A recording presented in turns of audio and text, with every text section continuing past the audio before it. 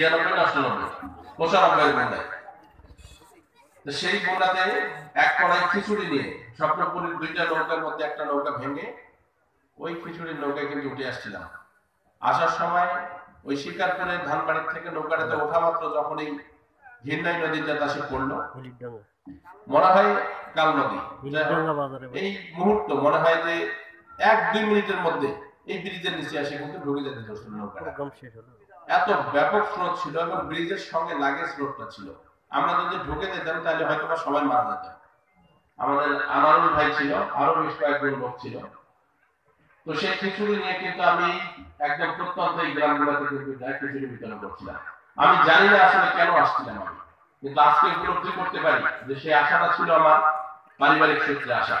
আমার রক্ত আমাকে নিয়ে আসছে আপনাদের কাছে, যে একটা অনুভব ছিল শৈশব থেকে যে আসলে জনসেবার সঙ্গে আমার বাপ দাদার যে সম্পর্ক, এটা আমাদের পেশা নয়, এটা আমাদের নেশা। আমরা মানুষের সেবা না করলে আমাদের পেটের ভাত হজম হয় না।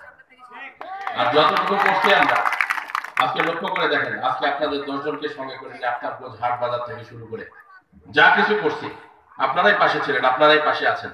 আমরা কি এমন অন্যায় করেছি আপনাদের সঙ্গে, কি এমন অবিচার করেছি, আপনার আঙ্গুল তুলে যদি দেখাতে পারেন যেটা আপনাদের দ্বারা আমরা এইভাবে লুণ্ঠন হয়েছি, এইভাবে জমি দখল হয়ে গেছে, এইভাবে চাকরির টাকা পয়সা নিয়ে লুটপাট করে গেছেন, তাহলে কিন্তু আজকের এই জমায়েত হতো না।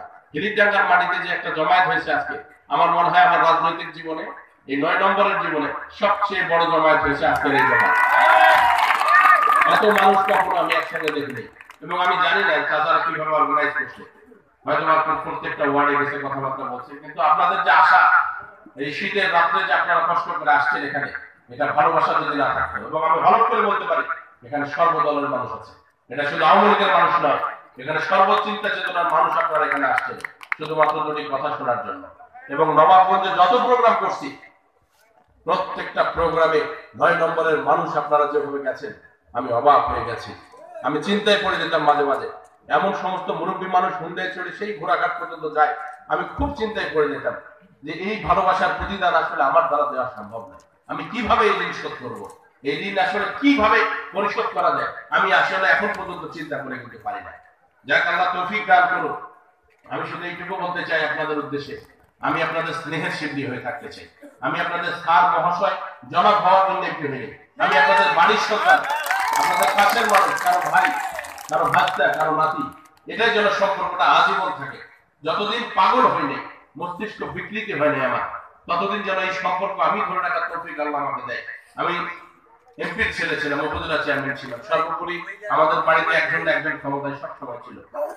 কিছু করেছে না করি, যতই মানে কি একসময় খুনটা খুব জোরে চালাইতাম, একসময় খুব উচ্ছন্নে চলে গেছিলাম, কিন্তু কখনো কোনো মানুষের কিন্তু মনে আঘাত দিয়ে কোনো কাজ করিনি। আমি যা ক্ষতি করছে আমার পরিবারের নিজের করছে, কিন্তু এই এলাকার মানুষ শুধু নয়, কোনো এলাকার মানুষের জন্য কিন্তু কোনো ক্ষতিকারক কাজ আমি কোনোদিন করিনি। যার কারণে আল্লাহ তাআলা এই বয়সে এসেও কেন দ্বিতীয়বারের মতো আমাকে, আমার চেয়ে কত ধনাঢ্য ব্যক্তি আছে, আমার চেয়ে কত মেধাবী মানুষ আছে, আমার চেয়ে কত জ্ঞানী গুণী মানুষ আছে, ডক্টরেট করা মানুষ আছে এই 4 থানায়, তাদেরকে এই আসনটা না দিয়ে আমার হাতেই আবারও দ্বিতীয়বারের মতো দিয়েছে। এই শুধু আপনাদের ভালোবাসার পরিপ্রকাশ। আজকের এই বিজয়ের মাসে দাঁড়িয়ে আপনাদেরকে একটি কথা স্মরণ করে দিতে চাই। আমি আপনাকে বলেছিলাম যে আব্বা, আমার এলাকার মানুষ নৌকা নৌকা বলতে তাদের কলমের মধ্যে নৌকার একটা আওয়াজ তুলেছে, এই নৌকা বাদ দিয়ে লাঙ্গল নিয়ে যেটা সম্ভব না।